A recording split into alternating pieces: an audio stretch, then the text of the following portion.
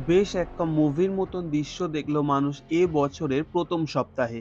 এর আগে এমন ঘটনা কিন্তু কোথাও শোনা যায়নি। খোদ পশ্চিমবঙ্গের মুখ্যমন্ত্রী মমতা ব্যানার্জি ইডির রেড চলাকালীন অফিসারদের থেকে ফাইল এবং মোবাইল নিয়ে বেরিয়ে আসে এবং এখান থেকেই প্রশ্ন ওঠে, উনি কি এটি ঠিক করেছেন? দেখুন, ইডি অর্থাৎ এনফোর্সমেন্ট ডাইরেক্টরের তল্লাশি প্রক্রিয়ার মাঝে যদি কেউ হস্তক্ষেপ করে বা ইডিকে আটকায়, তাহলে ইডি অফিসার সেই ব্যক্তিকে এমএলএ অ্যাক্ট ২০০২ অনুযায়ী অ্যারেস্ট করতে পারে এবং সেই ব্যক্তির মিনিমাম ৩ বছর পর্যন্ত জেলও হতে পারে, জরিমানাও দিতে হতে পারে। তাহলে প্রশ্ন করতেই পারেন যে মমতা ব্যানার্জিকে কেন অ্যারেস্ট করা হলো না? এখন ইডি সূত্র জানাচ্ছে ইডি অফিসাররা ছিল মোট ৪ জন এবং পাহারা দিচ্ছিলেন জনাচারেক বিএসএফ। সেখানে ৩০ জনের মতন কলকাতা পুলিশ কর্মী এবং মুখ্যমন্ত্রীর সঙ্গে ছিল তার জেড ক্যাটাগরি নিরাপত্তা রক্ষী।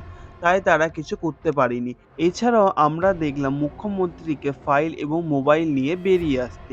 এখানে উনার উপর আইপিসি ২০১ অনুযায়ীও ইডি অফিসাররা অ্যারেস্ট করতে পারতেন।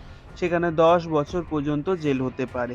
কিন্তু মুখ্যমন্ত্রীর মতে এই ফাইল বা ডকুমেন্টে টিএমসি পার্টির স্ট্র্যাটেজি আছে, যেটি ইডি অফিসাররা চুরি করতে এসেছে। ইডি বা সিবিআই অফিসার যদি কোনো কারণে মুখ্যমন্ত্রীকে অ্যারেস্ট করে এবং মুখ্যমন্ত্রী যদি ৩০ দিনের বেশি জেলে থাকে, তাহলে সেই ব্যক্তিকে মুখ্যমন্ত্রী পদ থেকে সরিয়ে দেওয়া যায়।